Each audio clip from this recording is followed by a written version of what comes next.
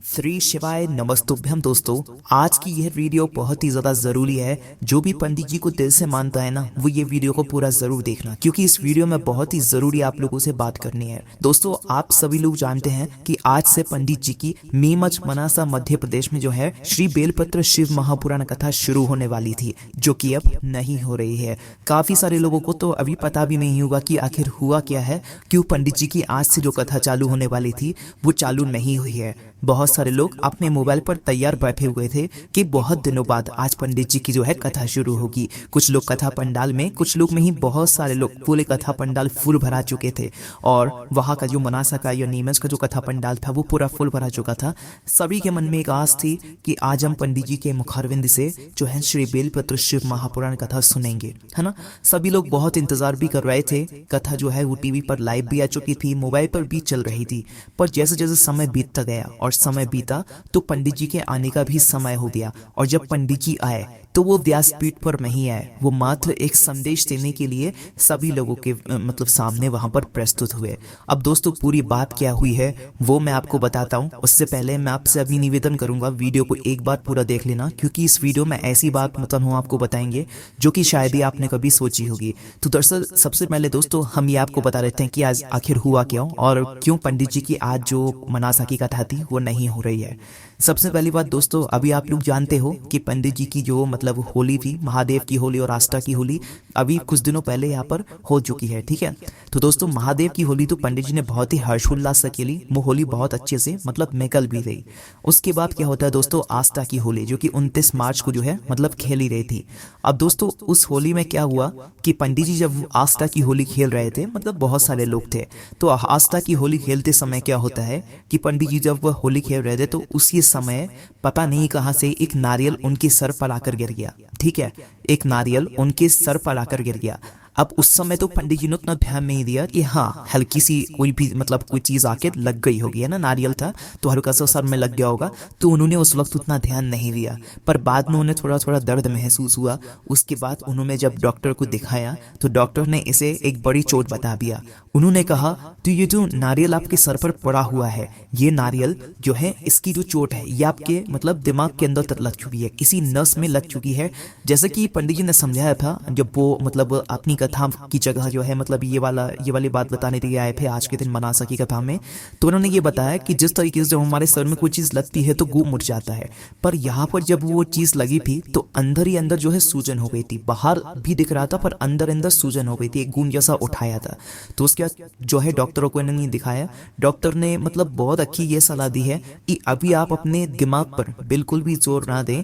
ये जो चोट है ये छोटी चोट नहीं है, ये बड़ी चोट है, इसीलिए अभी आप अपने दिमाग पर जोर ना दें। आपको अभी दवाइयों की और आराम की सख्त जरूरत है। ठीक है, तो ये जो है डॉक्टरों ने पंडित जी को सलाह दी। अब पंडित जी ने यही बात जो है आज स्टेज पर आकर कही कि अभी डॉक्टरों की सलाह की वजह से हम कथा नहीं कर सकते। कथा क्यों नहीं कर सकते? क्योंकि कथा को करने के लिए बोलना पड़ता है, श्वास लेनी पड़ती है, पूरा जोर लगाना पड़ता है, दिमाग लगता है, बहुत सारी चीजें लगती हैं। तो अगर इस समय पंडित जी कथा करेंगे तो सीधी सी बात है कि भाई उनके दिमाग पर जोर पड़ेगा और उनकी जो चोट है वो ठीक नहीं हो पाएगी। अब ये बात हम उनके लिए समझा रहे हैं जिनको बुरा ना लगे, है ना।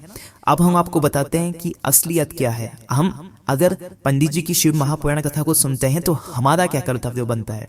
दोस्तों, कभी आप लोगों ने पंडित जी के उपायों को तो अच्छे से सुना होगा, है ना, और सभी कुछ अच्छे से मतलब जाना भी होगा। पंडित जी की बातों को भी आप लोग अच्छे से सुनते होंगे। पर क्या आपने कभी ये सोचा पंडित जी कभी अपने घर पर नहीं रहते हैं? वो हमेशा आप लोगों को कथा सुनाने के लिए एक शहर से दूसरे शहर जाते रहते हैं, वो कभी अपने घर पर नहीं रुकते। क्या आपने कभी उनके आराम के बारे में सोचा? क्या आपने ये सोचा कि पंडित जी आप इस वाली कथा को मत करो, इस कथा में आप आराम कर लो?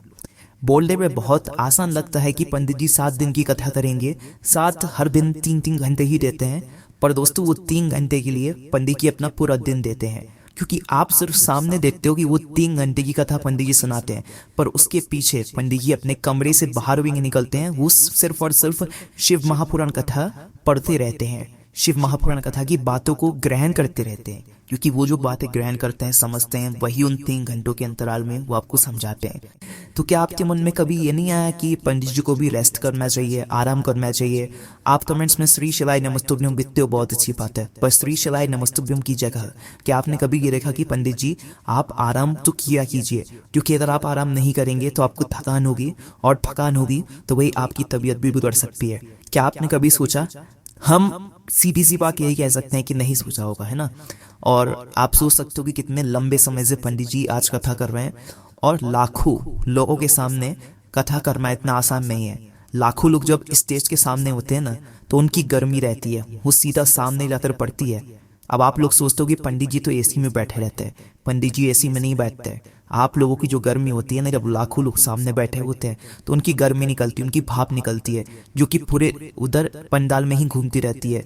उसी भाप से बचने के लिए, गर्मी से बचने के लिए वो एसी लगाए जाते हैं। ये भ्रम बहुत सारे लोगों के मन में होगा, इसलिए हम ये भ्रम आप लोगों के मन से निकाल रहे हैं कि वो एसी मतलब इसलिए लगाए जाते हैं ताकि वो जो भाप है लोगों की, वो मतलब पंडित जी को परेशान ना करे और पंडित जी अपनी कथा को अच्छे से कर पाए। तो दरअसल दोस्तों अभी हुआ क्या कि पंडित जी अपनी आज की जो कथा थी उसमें कथा करने के लिए नहीं आए थे। दरअसल वो अस्पताल में भर्ती थे। अस्पताल में भर्ती होने के बावजूद वो अपना वादा निभाने के लिए कथा पंडाल में पहुंचे, ये सूचना देने के लिए, जो कि सूचना हम आपको दे रहे हैं, है ना। ये सूचना देने के लिए वो मतलब हॉस्पिटल से छुट्टी लेकर निकले और कथा पंडाल पहुंचे, जिसने उन्होंने ये सभी बातें कही हैं कि उनकी अभी आगे की जितनी भी कथाएं हैं वो सारी अभी कैंसिल हैं एक तरीके से। जब तक डॉक्टर उन्हें ये सलाह नहीं दे देते कि अब आप अच्छी तरीके से ठीक हो गए हो और आप कथा को कर सकते हो, जब तक पंडित जी अपने आगे की कोई भी कथा नहीं करेंगे। और बात करें अगर इस मनासा नीमच मध्य प्रदेश की कथा की, तो पंडित जी ने ये बात कही है इस कथा को वो अगले साल इसी जगह पर जरूर करेंगे, जो कि नीमच मध्य प्रदेश में अभी इस समय होनी थी। क्योंकि दोस्तों इस कथा की पूरी तैयारी हो चुकी थी, भक्त गणपत आकर बैठ चुके थे, लोग मोबाइल पर कथा सुनने के लिए तैयार थे। तो सभी लोगों से पंडित जी ने माफी मांगी। हम यहाँ पर एक बात जरूर कहेंगे कि पंडित जी आपको माफी मांगने की कोई जरूरत नहीं है। यहाँ पर हम सब कुछ समझते हैं और आप अच्छे से आराम से ठीक हो जाइए, उसके बाद ही कथा कीजिएगा।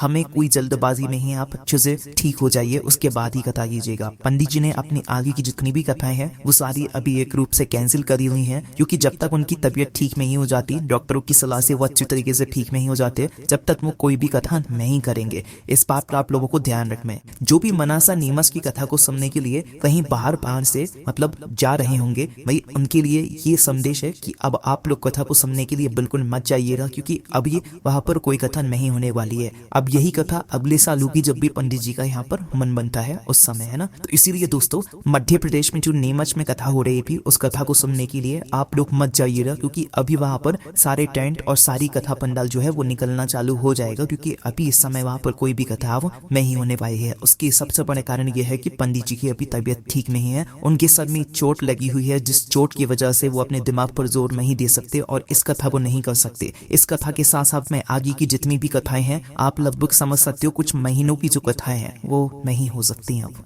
साथ ही में दोस्तों जो लोग भी आगे कथाओं का सोचकर रखे हुए हैं कि इस समय यहाँ पर कथा होगी तो हम इस कथा को सुनने के लिए जाएंगे, तो जब तक आपको पंडित जी खुद नहीं बता देते कि अब से वो कथा करना चालू कर रहे हैं, जब तक आप किसी भी कथा को सुनने के लिए ना जाएं। पंडित जी ने खुद ये बात कही है, अभी आगे आने वाले कुछ महीनों की जो भी कथाएं होंगी वो सारी अभी कैंसिल हैं, क्योंकि उनके दिमाग पर अभी जोर नहीं डालना है और डॉक्टरों ने इसके लिए मना किया हुआ है। अब दोस्तों यहाँ पर हमारा काम क्या है, देखो हम पंडित जी के उपाय को बताते हैं, आप उपाय को सुनते हो, आप उपाय को करते हो, आपको उपाय को फल मिलता है। आप शिव महापुराण कथा को सुनते हो, तो देखो पंडित जी ने इतने समय तक बिना किसी रुकावट के हमें कथा सुनाई है, हमें उपाय बताए हैं और उन उपाय का फल मिला है। शिव महापुराण कथा को सुनने का फल मिला है, हमारी मनोकामनाएं पूर्ण हुई हैं।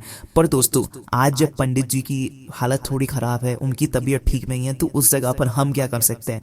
उस जगह पर हम भगवान भोलेनाथ से प्रार्थना कर सकते हैं कि भगवान जल्दी से जल्दी पंडित जी को ठीक कर दीजिए। और ठीक करने के बाद भी ऐसा नहीं, हम ये नहीं कहते कि आप कथा करने के लिए आइए, आप ठीक हो जाइए और कुछ समय का आराम लीजिए, कुछ समय का आराम लेने के बाद आप फिर वापस से कथा शुरू कीजिए, ऐसे नहीं कीजिए, ठीक है। तो आपका क्या काम रहेगा, आप अगर शिव जी के मंदिर में जाते हैं तो आप शिव जी के मंदिर में जाकर भगवान भोलेनाथ से पंडित जी के लिए प्रार्थना करें कि उनकी जो तबीयत है, उनको जो भी हुआ है, आपको तो एक सही अनुमान नहीं पता है कि क्या हुआ है, उनको जो भी हुआ है उसके लिए आप प्रार्थना कीजिए कि वो जल्दी से जल्दी ठीक हो जाए। जब दोस्तों लाखों लोगों की प्रार्थना भगवान शिव जी तक पहुंचेगी तो निश्चित सी बात है पंडित जी की जो तबीयत है, जो भी उनको चोट लगी हुई है, वो बहुत ही जल्दी ठीक हो जाएगी। आप अगर मंदिर नहीं भी जा रहे हैं, आप अपने घर में ही जो भगवान जी विराजित हैं, शिवलिंग विराजित हैं, उनसे प्रार्थना कीजिए। निश्चित ही भगवान शिव जी आपकी जरूर सुनेंगे और वो पंडित जी की तबीयत को बहुत जल्दी ठीक करेंगे और आपकी मनोकामना को भी वो पूर्ण जरूर करेंगे। आपकी अभी इस समय मनोकामना ये नहीं होनी चाहिए कि हमें ये मिल जाए, हमें वो मिल जाए। अभी आपकी मनोकामना ये होनी चाहिए कि पंडित जी ठीक हो जाएं, क्योंकि पंडित जी ठीक हो जाएंगे तभी आपको शिव महापुराण कथा सुनने को मिलेगी। और अगले कुछ महीनों तक पंडित जी ने खुद बोला हुआ है या उनको डॉक्टर्स ने बोला हुआ है कि वो अभी कथा नहीं कर पाएंगे क्योंकि उनकी हालत अभी उतनी अच्छी नहीं है। और दोस्तों हम आशा यही करते हैं कि जो भी लोग कथा पंडाल में कथा को सुनने के लिए पहुंचे हुए होंगे उनको बिल्कुल भी बुरा नहीं लगा होगा, क्योंकि आप खुद सोचो पंडित जी अपने वचन को निभाने के लिए अपनी तबीयत खराब होने के बावजूद भी कथा पंडाल में पहुंचे इस सूचना को देने के लिए। वो चाहते तो वे अपने यूट्यूब चैनल पर डाल सकते थे कि भाई अभी उनकी तबीयत खराब है, वो पंडाल में नहीं आ पाएंगे, पर उन्हें अपना वचन निभाना था।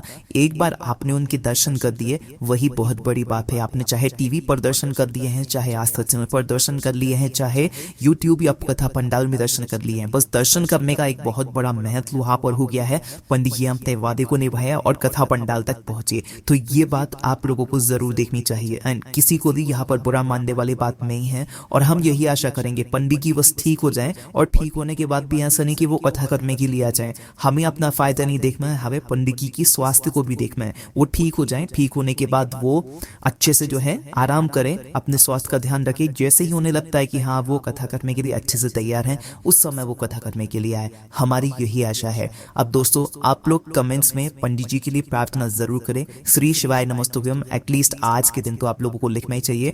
सिर्फ और सिर्फ श्री शिवाय नमस्तुभ्यम नहीं, पंडित जी के लिए आप लोगों को कामना भी करना है, फिर श्री शिवाय नमस्तुभ्यम लिखना है। चलिए दोस्तों यही जानकारी आप लोगों को देनी थी। अगर आप लोग पंडित जी के उपाय वो करते होंगे, उनकी शिव महापुराण कथा को सुनते होंगे, तो निश्चित सी बात है आप उनके लिए प्रार्थना जरूर करेंगे और हम भी आपसे यही निवेदन करेंगे और हम यही आशा करेंगे पंडित जी जल्दी जल्दी ठीक हो जाएं और वो कथा पंडाल में पहुंचे और लाखों करोड़ों लोगों को जो है शिव महापुराण कथा वो सुनाए। ओम नमः शिवाय, जय भोलेबाबा, श्री शिवाय नमस्तुभ्यम।